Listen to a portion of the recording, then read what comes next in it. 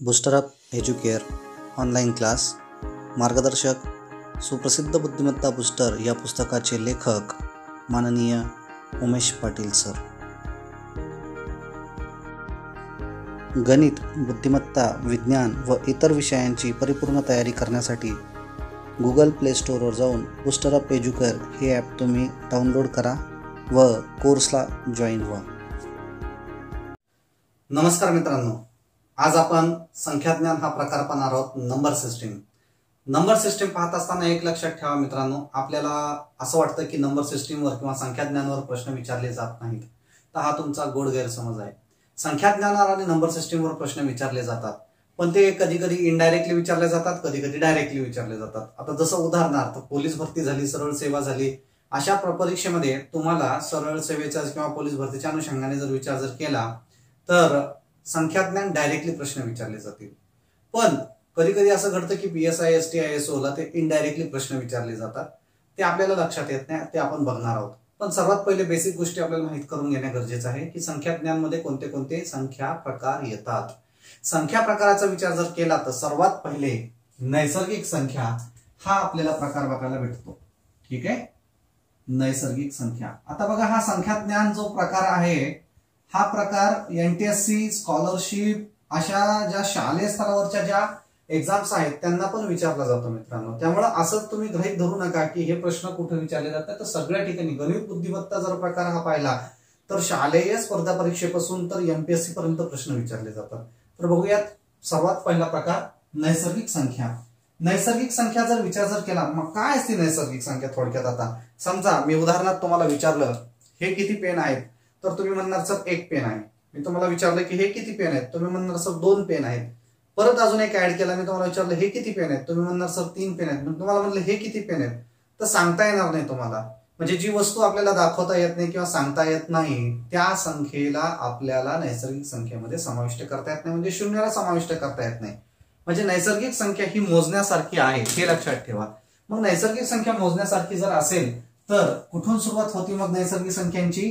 1 पासून 1 2 3 4 5 6 dash dash dash कुठपर्यंत? अनंतपर्यंत आपण असं म्हणू शकतो। अनंत म्हणजे इन्फिनिटी, उलटा 8 आपल्याला दाखवा लागतो, झोपलेला 8 आपल्याला दाखवा लागतो इन्फिनिटी अनंत दाखवण्यासाठी, म्हणजे चालू राहणार आहेत त्या संख्या। मग या नैसर्गिक संख्येचे अजून दोन प्रकार पडतात जर थोडक्यात जर पाहिलं तर। मग त्याच्या अगोदर आपण एक संख्या अजून बघूया, पूर्ण संख्या। दोन प्रकारच्या नंतर बघूयात आपण, पहिले सर्वात पहिले पूर्ण संख्या बघूया। आता पूर्ण संख्या म्हणजेच काय? नैसर्गिक संख्या तर आहेच आहे, पण आता परिपूर्ण कधी होईल? जेव्हा त्याच्यामध्ये शून्य आपण ऍड करू। ठीक आहे, मग त्याच्यात शून्य ऍड करावं लागेल मित्रांनो। 0 1 2 3 4 डॅश डॅश डॅश डॅश कुठपर्यंत? अनंतपर्यंत आपल्याला ह्या संख्या बघायला भेटतात। म्हणजेच काय झालं, पूर्ण संख्येचा संच जर घ्यायचा झाला तर परीक्षेत असा विचारू शकतील प्रश्न की खालील वाक्य चूक का बरोबर, किंवा खालील वाक्याच्या विधानाबद्दल तुम्ही काहीतरी माहिती बघा। आणि मग तिथं असं दिलं असेल की पूर्ण संख्या म्हणजेच शून्य व नैसर्गिक संख्यांचा एकत्रित संच होय, तर ते उत्तर यायला पाहिजे बरोबर। म्हणजे शून्य व नैसर्गिक संख्यांचा एकत्रित संच म्हणजेच पूर्ण संख्या होय। ठीक आहे, पुढच्या आपण संख्याच्या याच्याकडे वळूयात, समसंख्या। समसंख्या म्हणजेच काय मित्रांनो? ज्या संख्येला 2 ने निशेष भाग जातो, ज्या संख्येला 2 ने निशेष भाग जातो अशा संख्येला समसंख्या म्हणतात। 2 ने निशेष भाग जाणे। ठीक आहे, किंवा असंही म्हणता येईल, ज्या संख्येच्या एकक स्थानी, ज्या संख्येच्या एकक स्थानी शून्य, एकक स्थान म्हणजे युनिट प्लेस। ठीक आहे, युनिट प्लेस, एकक स्थानी 0 2 4 6 8 यापैकी कोणताही एक अंक असेल त्याला आपल्याला समसंख्या असे म्हणता येईल। ठीक आहे, आता बघा, नैसर्गिक संख्यामध्ये जर पाहायला गेलं तर अर्ध्या समसंख्या आहेत आणि अर्ध्या विषम संख्या आहेत, नेहमी लक्षात ठेवा। ठीक आहे, पुढे विषम संख्या। विषम संख्या म्हणजेच ज्या संख्येला 2 ने निशेष भाग जात नाही, आता निशेष म्हणजे काय, खाली शेष राहणार नाही असा तो, ठीक आहे, म्हणजे शून्य तिथं बाकी राहते. 2 ने निशेष भाग जात नाही, इथं भाग जातो, इथं भाग जात नाही, भाग जात नाही, मी क्रॉस करतोय, नाही म्हणजे जाणार नाही, भाग जाणार नाही. किंवा ज्या संख्येच्या एकक स्थानी 1 3 5 7 9 यापैकी कोणताही एक अंक असेल तर त्याला विषम संख्या असे म्हणतात. ऑड आणि इव्हन नंबर म्हणतो इंग्लिश मध्ये आपण त्याला, सम आणि विषम संख्या, ठीक आहे. तर ह्या 4 प्रकार आपण पाहिलेले आहेत. पण ह्या 4 प्रकारावर बऱ्याच ठिकाणी नैसर्गिक संख्या, समसंख्या आणि विषम संख्यावर बरेच प्रश्न विचारले गेलेले आहेत मित्रांनो. कारण का की त्याच्यावर ह्या क्रमवार आहेत. बघा तुम्ही 2 ने निशेष भाग जातोय म्हणजे कोणत्या कोणत्या संख्या येणार आहेत. उदाहरणार्थ उदाहरण इथं मी लिहून देतो तुम्हाला. एक्झाम्पल 420 शुभ अंक तुमचा, त्यानंतर 422 426 असे जे एकक स्थानी जे आहे ना 0 2 6 हे एकक स्थानी आलेले आहेत, ठीक आहे. आणि विषम संख्यांचा जर उदाहरण जर पाहायचं असेल मला तर 771 एकक स्थानी 1 आलेला आहे, ठीक आहे. किंवा 1021 एकक स्थानी 1 आलेला आहे. किंवा 7025 एकक स्थानी 5 आलेला आहे. अशा संख्येला आपण काय म्हणणार आहेत, विषम संख्या असे म्हणणार आहेत. तर मग आपण बघूयात की सुरुवातीला हे 4 आपण प्रकार पाहिले, ठीक आहे. अजून प्रकार बाकी आहेत, त्याच्यामध्ये त्रिकोणी संख्या आहेत, मूळ संख्या आहेत. आता पुढे बघूयात आपण 2 अजून प्रकार बघूयात, मूळ संख्या काय आणि त्रिकोणी संख्या काय, मग त्याच्यानंतर त्याच्यावर आधारित असणारे प्रश्न आपण बघणार आहोत, ठीक आहे. पुढचा प्रकार बघूया आपण आता.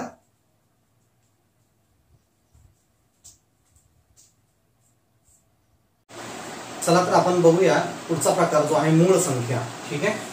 बघा मूळ संख्या म्हणजेच काय, 2 प्रकारच्या व्याख्या आपण इथं मांडू शकतो. मूळ संख्या म्हणजेच अशी संख्या की ज्या संख्येला फक्त आणि फक्त 2च अवयव असतात, फक्त 2 अवयव असतात, ठीक आहे. फक्त 2 अवयव असतात. किंवा दुसरा एक त्याची व्याख्या अशी सांगता येईल की अशी संख्या की ज्या संख्येला फक्त 1 या संख्येने व त्या स्वतःच संख्येने भाग जातो अशी संख्या म्हणजेच मूळ संख्या होय. बघा 1 न भाग जातो आणि स्वतःनं भाग जातोय म्हणजे अवयव किती झाले, 2 अवयव झाले. याचाच अर्थ मी तुम्हाला दुसरी डेफिनेशन काय सांगितली, फक्त 2 अवयव. आणि इथं पण एक शब्द प्रयोग इथं वापरायचा की फक्त 1 नेच भाग जायला पाहिजे आणि स्वतःनच भाग जायला पाहिजे, अशा संख्यांना मूळ संख्या असे म्हणतात. उदाहरणार्थ 23 ला बघा मित्रांनो, 23 ला स्वतःने भाग जातो, 23 न भाग जातो आणि 1 न पण भाग जातो, ठीक आहे. म्हणजेच काय झाले, इथं किती अवयव झाले, फक्त आणि फक्त 2च अवयव झाले. हे लक्षात ठेवा, मूळ संख्या याला म्हणणार मूळ संख्या. आता 23च्या व्यतिरिक्त सुरुवात कुठून होती मूळ संख्यांची, मग 1 ही मूळ संख्या आहे का, तर नाही. बघा मी कुठून सांगतो सुरुवात कुठून होणार आहे, 2 पासून सुरुवात होईल. पाहिजे तर तुम्ही इथं 1 लिहा, त्याला चौकोन करा आणि क्रॉस करा म्हणजे तुमच्या लक्षात राहील. 1 ही मूळ संख्या नाही, कारण 1चा फक्त 1च अवयव पडतो म्हणून 1 ही मूळ संख्या पण नाही आणि संयुक्त पण संख्या नाही. आता संयुक्त संख्या म्हणजे काय ते पण मी पुढे सांगेलच. तुर्तास आपण एक बघूया की मूळ संख्या 2 नंतरची मूळ संख्या आहे 3, 3 नंतरची मूळ संख्या आहे 5, 5 नंतर 7, 11, 13, 17, 19 डॅश डॅश डॅश असापर्यंत जातो. आता हे बघा 2 ही अशी एकमेव सममूळ संख्या आहे, हे लक्षात ठेवा. सम पण आहे आणि मूळ पण आहे. बाकीच्या जेवढ्या पण संख्या येतील त्या विषम मूळ संख्या येतील. विषम मूळ म्हणजे विषम पण आहेत आणि मूळ पण आहेत. इथून बघा, इथून सगळ्या विषम बघायला भेटतील. फक्त 2 ही अशी संख्या बघायला भेटेल की जी सम पण आहे आणि मूळ पण आहे, ती सममूळ संख्या. हे एक वैशिष्ट्य मूळ संख्यांचं. मूळ संख्यांचं अजून काही वैशिष्ट्य बघूया आपण. जसं उदाहरणार्थ 1 ते 100 मध्ये मूळ संख्या आहेत 25 किंवा 1 ते 50 मध्ये मूळ संख्या आहेत 15. ह्या मूळ संख्या आता जसं तुम्हाला इथं स्क्रीनवर दिसतच असेल कोणत्या कोणत्या मूळ संख्या आहेत, त्या सगळ्या मूळ संख्या तुमच्या रजिस्टरवर यायला पाहिजे. म्हणजे 1 ते 100 आणि 1 ते 50 पर्यंत ह्या मूळ संख्या तुमच्या रजिस्टरवर यायला पाहिजे. तुम्हाला स्क्रीनवर दिसतच असेल की कशा पद्धतीच्या मूळ संख्या आहेत म्हणून. ठीक आहे, हे एक झालं. बर, अजून एक चालता चालता सांगून देतो. दोन मूळ संख्यांचा लसावी, बघा दोन मूळ संख्यांचा लसावी काय असतो? त्या दोन संख्यांचा गुणाकार असतो. हे लक्षात ठेवा. दोन मूळ संख्यांचा लसावी त्या दोन मूळ संख्यांचा गुणाकार असतो. दोन मूळ संख्यांचा गुणाकार असतो लसावी. आणि मसावी काय असतो? एक असतो. मसावी किती असतो? दोन मूळ संख्यांचा मसावी किती असणार आहे? एकच असणार आहे. हे काही वैशिष्ट्य आहेत मूळ संख्यांचे, ते तुम्ही समजून घ्या आणि लिहून घ्या.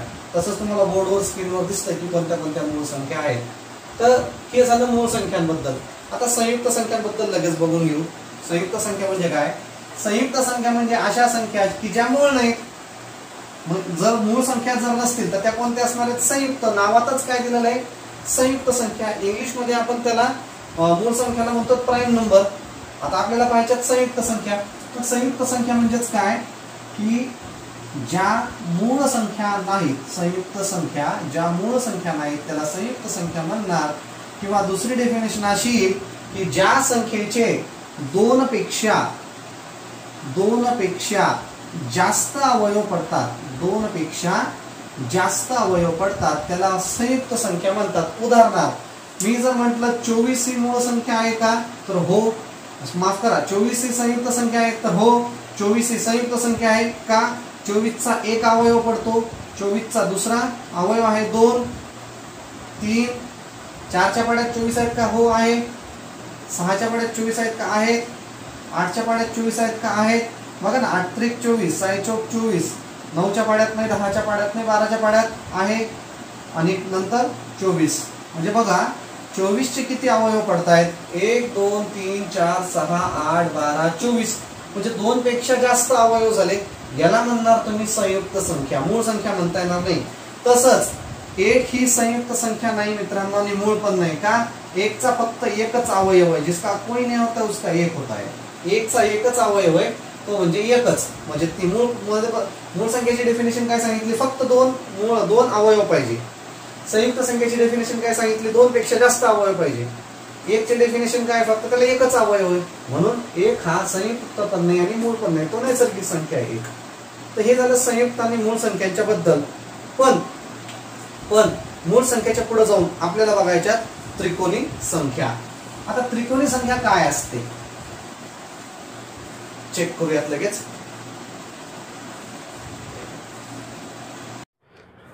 चला तर आपण बघूयात आता त्रिकोणी संख्या. मित्रांनो आता बघूयात आपण त्रिकोणी संख्या, ट्रायंग्युलर नंबर. बुद्धिमत्ता शिकत असताना हाही प्रकार आपण पाहिलेला आहे संख्याज्ञानचा.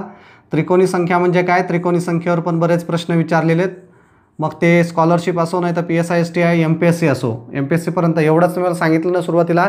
बघा स्कॉलरशिप, पोलीस भरती, तलाठी, ग्रामसेवक किंवा सरळ सेवा यांना आहे ना नॉर्मली असे प्रश्न विचारले जातात की डायरेक्टली प्रश्न विचारले जातात की त्रिकोणी संख्या कोणती आहे किंवा त्रिकोणी संख्या ओळखा. पण PSI STI किंवा MPSCला कसे प्रश्न विचारले जातात? इनडायरेक्टली प्रश्न विचारले जातात. म्हणजेच काय? एका सभागृहामध्ये पहिल्या रोमध्ये 1 मनुष्य बसतो, दुसऱ्या रोमध्ये दुसरा मनुष्य बसतो, तिसऱ्या रोमध्ये 3 मनुष्य, 4 मनुष्य, 5 मनुष्य, अशा 100 रोमध्ये किती मनुष्य बसतील किंवा किती लोक बसतील, असे काही प्रश्न असतात. शेवटी तो प्रकार तोच आहे, फक्त शाब्दिक उदाहरणामध्ये त्याला जोडलं गेलेलं आहे, कूट प्रश्नामध्ये टाकले गेलेले आहे. तर बघूया त्रिकोणी संख्या म्हणजे काय. बघा सर्वात पहिले त्रिकोणी संख्येला पाया असतो, हे लक्षात ठेवा. बेस त्याला म्हणतो आपण. त्रिकोणी संख्येला पाया असतो. आणि त्रिकोणी संख्याचा जर आपल्याला फॉर्म्युला जर बघायचा जर झाला तर त्रिकोणी संख्या बरोबर पाया गुणाकारामध्ये पाया अधिक 1 भागाकारामध्ये 2 असं आपल्याला बघायला भेटतं. आता समजा मी पायाला इथं n मानलं तर मी फॉर्म्युला असा लिहू शकतो n गुणाकारामध्ये n अधिक 1 भागाकारामध्ये 2. आणि दुसऱ्या पद्धतीनं मी जर लिहिलं इथं तर दिलेली संख्या म्हणजे पाया, ठीक आहे, संख्या गुणाकारामध्ये त्यापुढील संख्या भागाकारामध्ये 2. हे आपल्याला असं बघायला भेटतं. नॉर्मली वेगवेगळ्या पद्धतीने वेगवेगळ्या पुस्तकात तुम्हाला अशी मांडणी केलेली आहे. कन्फ्यूज व्हायचं नाही आहे. शेवटी त्यांनी एकच प्रकार दिलेला आहे. आता बघा प्रश्न कसा विचारला जातो. जर पाया 5 असेल तर त्रिकोणी संख्या किती? सिंपल प्रश्न विचारले जातात नॉर्मली सरळ सेवेला, पोलीस भरतीला किंवा स्कॉलरशिप NTSCला. पण MPSCला वेगळ्या पद्धतीनं सांगितलं मी तुम्हाला. वेगळ्या पद्धतीनं म्हणजे कशा पद्धतीचे प्रश्न आत्ताच बोललो तुम्हाला मी, ते पण बघणार आहोत आपण. पण तुर्तास आपण बेसिक गोष्टी समजून घेऊ. मग पाया जर 5 असेल मग इथं काय लिहिणार मी? इथं समजा पाया 5 आहे, 5च्या पुढची संख्या 6, भागाकारामध्ये 2, बे बेत्रिक 6 आणि 5 त्रिक 15, म्हणजे त्रिकोणी संख्या किती झाली? 15. मग त्रिकोणी संख्या का म्हटली जाते मित्रांनो याला, हे समजून घ्यायचं आपल्याला. आता बघा पाया 5 दिलेला आहे, ठीक आहे. मग मी इथं 5 डॉट काढतो. 1 2 3 4 5, हा पाया 5 झाला. 4 डॉट काढले, 5 डॉट काढले मी, तर हे काय झाला? पाया 5 झाला. परत त्याच्यावर 4 लिहितो, 3 काढतो, 2 काढतो आणि 1. वा वा, काय रांगोळी छान झाली आहे. मग रांगोळीला जर संचबद्ध जर करायचं जर झालं, आकृतीबद्ध जर करायचं जर झालं, तर अशा प्रकारची आकृती आपल्याला बघायला भेटते. त्रिकोणी आकृती, लक्षात यायला लागले. त्रिकोणी आकृती म्हणजेच काय झालेलं आहे, इथं डॉट किती झाले? 1 2 3 4 5 6 7 8 9 10 11 12 13 14 15. अरे वा, खूप छान. म्हणजे इथं 15 डॉट झालेले आहेत, म्हणून त्याला काय म्हटलं गेलेलं आहे? त्रिकोणी संख्या म्हटली गेलेली आहे. 5 बेस बघा, सगळीकडे 5 बघायला भेटल. 1 2 3 4 5, 1 2 3 4 5, 1 2 3 4 5, याला त्रिकोणी संख्या असं म्हटलं जातं, ठीक आहे. तर अशा प्रकारची जर आकृती, माफ करा, अशा प्रकारची जर संख्या दिली, पाया अमुक अमुक आहे, तर त्रिकोणी संख्या किती, तर आपल्याला हे कॅल्क्युलेशन करता यायला पाहिजे. पण कधी कधी काय होतंय, हे झालं त्रिकोणी संख्येबद्दल. मी तुम्हाला कोणत्या कोणत्या संख्या सांगितल्यात बघा. नैसर्गिक संख्या, पूर्ण संख्या, समसंख्या, विषम संख्या, मूळ संख्या, संयुक्त संख्या, त्रिकोणी संख्या. अजून संख्या बाकी आहेत वेगवेगळ्या, पण जास्त करून परीक्षेला जास्त विचारले जाणार आहेत ह्या संख्या आहेत. बाकीच्या पण प्रकार आपण पाहणार आहोत, ठीक आहे. बाकीचे जेवढे पण संख्यांचे प्रकार आहेत ते पाहणार आहोत. पण याच्यावर आधारित असणारे प्रश्न आपण आता सर्वात पहिले बघूयात. पण तत्पूर्वी त्रिकोणी संख्येचं थोडंसं अजून एक मुद्दा राहिलेला आहे, तो मी तुम्हाला क्लिअर करून देतो, ठीक आहे. बघा, आता यांनी सांगितलं की पाया 5 आहे तर त्रिकोणी संख्या किती? पाया 5 आहे तर त्रिकोणी संख्या किती? पण त्यांनी जर उलट विचारलं, उलट काय विचारलं? त्रिकोणी संख्या 15 आहे तर पाया किती? आत्ताचाच प्रश्न आपण रिवर्स बघूयात. त्रिकोणी संख्या जर 15 आहे, त्रिकोणी संख्या जर 15 आहे तर पाया किती? मग आली ना पंचायत आपली. मग आपल्याला ते सूत्र वापरावं लागेल, सूत्रावरून कॅल्क्युलेशन करावं लागेल. कॅल्क्युलेशन करता करता नाके नऊ येणार आहे, परीक्षेत वेळ जाणार. आपल्या परीक्षेत वेळ घालवायचाच नाही, शॉर्टकट एकदम ट्रिक्समध्ये सांगतो. बघा कसं काय करायचं कॅल्क्युलेशन. पाया किती दिलेला आहे? 15 लिहिला इथं 15, त्याचं किती करा? दुप्पट करा, डबल करा, ठीक आहे. दुप्पट केल्यानंतर उत्तर आलं 30. 30च्या अगोदरची वर्गसंख्या किती आहे? 30च्या अगोदरची वर्गसंख्या, वर्गसंख्या म्हणजे 2चा वर्ग 4, 4 ही वर्गसंख्या झाली. लक्षात ठेवा बरं का मित्रांनो. समजा मी 2चा वर्ग इथं लिहिला 4, ही 4 ही काय झाली? तुमची वर्गसंख्या झाली. समजा 7चा वर्ग 49, ही झाली तुमची 49 वर्गसंख्या. याच प्रकारे 30च्या अगोदरची वर्गसंख्या कोणती आहे? तर 25 आहे, ठीक आहे. आणि 25चं वर्गमूळ, वर्गमुळात 25 लिहितो, 25चं वर्गमूळ 5 आहे. म्हणजेच पाया किती झाला? 5 झाला. लक्षात ठेवा प्रोसिजर. पहिली प्रोसिजर, जो दिलेला पाया आहे, पायाला काय करा? दुप्पट करा, ठीक आहे. आलेल्या उत्तराचा अगोदरची वर्गसंख्या घ्या. वर्गसंख्या घेतली म्हणजे पूर्वीची लहान वर्गसंख्या असं म्हणूया आपण. लहान वर्गसंख्या घ्या. लहान वर्गसंख्या जर घेतली त्याचं वर्गमूळ काढा. जे वर्गमूळ येईल तो तुमचा काय असणार आहे? माफ करा, इथं त्रिकोणी संख्या लिहा. त्रिकोणी संख्या घ्या आणि मग त्याचा उत्तर काय येईल? तुमचा पाया येईल, ठीक आहे. अशा पद्धतीने अजून एक उदाहरण बघू आपण. हे झालं 15च्या अनुषंगाने. दुसरं उदाहरण आपण जर घेतलं 21. जर 21 त्रिकोणी संख्या आहे, जर 21 ही जर त्रिकोणी संख्या आहे, 21 ही त्रिकोणी संख्या जर आहे तर पाया किती? काढा बरं. 30 सेकंद देतो मी तुम्हाला उत्तर काढायला.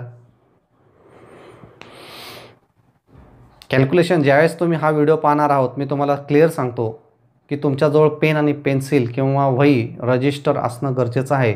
तुम्ही ऑनलाईन शिक्षण घेतायत याचा अर्थ असा नाही आहे की आपण कसंही बसायचं, कुठेही बसायचं आणि कुठेही चालू करून द्यायचं. कुठेही चालू करून द्या, काही प्रॉब्लेम नाही, पण सोबत वही पेन असून द्या, हे माझी तुम्हाला रिक्वेस्ट असणार आहे, ठीक आहे. आलं का उत्तर?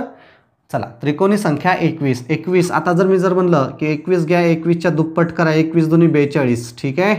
42च्या अगोदरची वर्गसंख्या घ्या 36, वर्गमुळात 36, उत्तर आलं 6, वर्गमूळचं 36, उत्तर आलं 6. म्हणजे 6 पाया आहे आणि त्रिकोणी संख्या 21 आहे. बाण तुम्ही येतो ना 6 गुणाकारामध्ये पुढची संख्या 7, पडताळा करून बघू. 7 भागाकारामध्ये 2, 2 6, 7 21, हे उत्तर आलं तुमचं. समजायला लागले. तर अशा पद्धतीने त्रिकोणी संख्यांचा आपल्याला थोडा संच माहीत पडतोय. आता बघूया त्रिकोणी संख्यावर कसे प्रश्न विचारले जातात, समसंख्यावर कसे प्रश्न विचारले जातात, विषम संख्यावर प्रश्न विचारले कसे जातात नॉर्मली. बघूया, चला चेक करू मित्रांनो पुढे. चला मित्रांनो, आतापर्यंत आपण पाहिलं वेगवेगळ्या संख्याज्ञांचा प्रकार, त्याच्यावर आधारित असणारे प्रश्नाचा आपल्याला सराव करणं गरजेचं आहे. मग संख्याज्ञांचा आपण सराव करूया. संख्याज्ञांमध्ये त्यांनी पहिला प्रश्न विचारलेला आहे की 1 ते 10 मध्ये, बघा मी खूप सोपा प्रश्न घेतला आहे मुद्दामून, कारण बेसिककडून अवघडकडे आपल्याला जायचं आहे म्हणून सोपा प्रश्न घेतलेला आहे. 1 ते 10 मध्ये नैसर्गिक संख्यांची बेरीज वर सरासरी किती येणार आहे 1 ते 10 मध्ये. तर बघा 1 ते 10 मध्ये सरासरी आणि बेरीज जर काढायची ठरली तर सिंपल गोष्ट आहे, नैसर्गिक संख्या.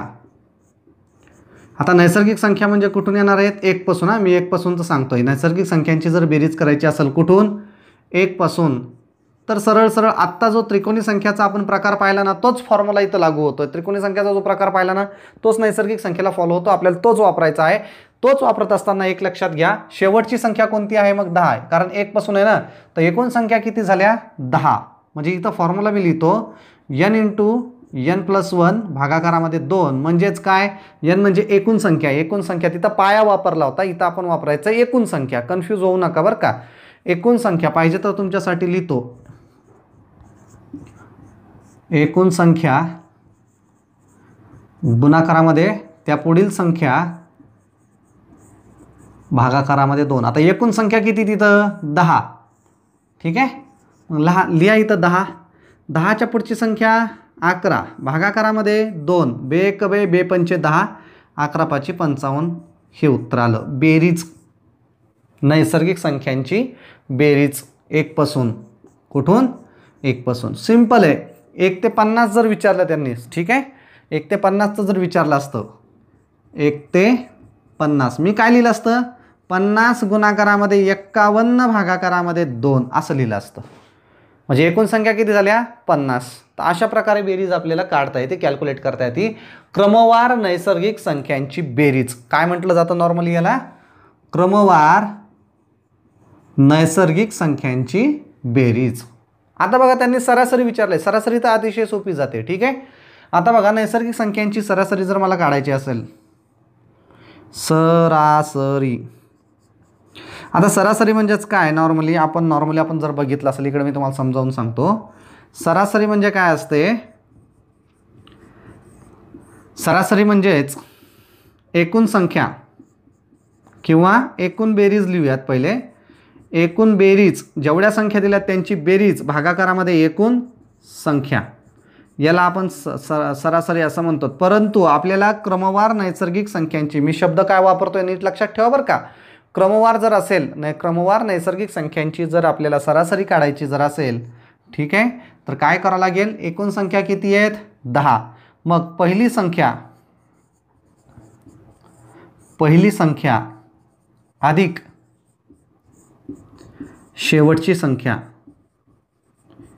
पहिली संख्या अधिक शेवटची संख्या भागाकारामध्ये 2. हा फॉर्म्युला, हा शॉर्टकट आहे बरं का. पहिली संख्या किती आता इथं 1, 1 ते 10 मध्ये, 1 ते 10 मध्ये पहिली संख्या किती आहे 1, शेवटची संख्या किती आहे 10, भागाकारामध्ये किती घ्यायचे 2, म्हणजे 11/2 म्हणजे 5.5, ही त्यांची सरासरी झाली. कोणाची सरासरी झाली. मग आपण सरासरी जर काढायची ठरली असते तर आपण काय केलं असतं, 1 + 2 + 3 + 4 डॅश डॅश डॅश कुठपर्यंत 10 पर्यंत. भागाकारामध्ये एकूण संख्या किती आहेत 10. आता 1 ते 10ची बेरीज आत्ताच पाहिली आपण, किती बेरीज आहे 55. 55 भागाकारामध्ये 10 म्हणजे 0 गेला, पॉईंट दिला म्हणजे 5.5 आला असतं आपल्या रेग्युलर गावठी पद्धतीनं जर केलं असतं तर, ठीक आहे. पण आपल्याला शॉर्टकट करायचं आहे कारण परीक्षेत वेळ नाही आहे, म्हणून हा फॉर्म्युला वापरायचा, पहिली संख्या अधिक शेवटची संख्या, पण कधी क्रमवार असेल तर, ठीक आहे. म्हणजे हे 2 फॉर्म्युले लिहून घ्या. बेरीज नैसर्गिक संख्यांची बेरीज कुठून 1 पासून, मी 1 पासून जर नसेल तर त्याचं काय करायचं ते पण मी तुम्हाला सांगतो. ठीक आहे. आता हे तुर्तास एवढं लिहा, ह्या 2 फॉर्म्युले. तुमच्याकडे एक रजिस्टर असणं गरजेचं आहे शिकत असताना, ते तुम्ही ठेवा आणि त्याच्यात फॉर्म्युले हे लिहित चला. ठीक आहे. पाहिजे तर हे लिहून घ्या आता तुम्ही. मग आपण पुढचं उदाहरण बघूयात.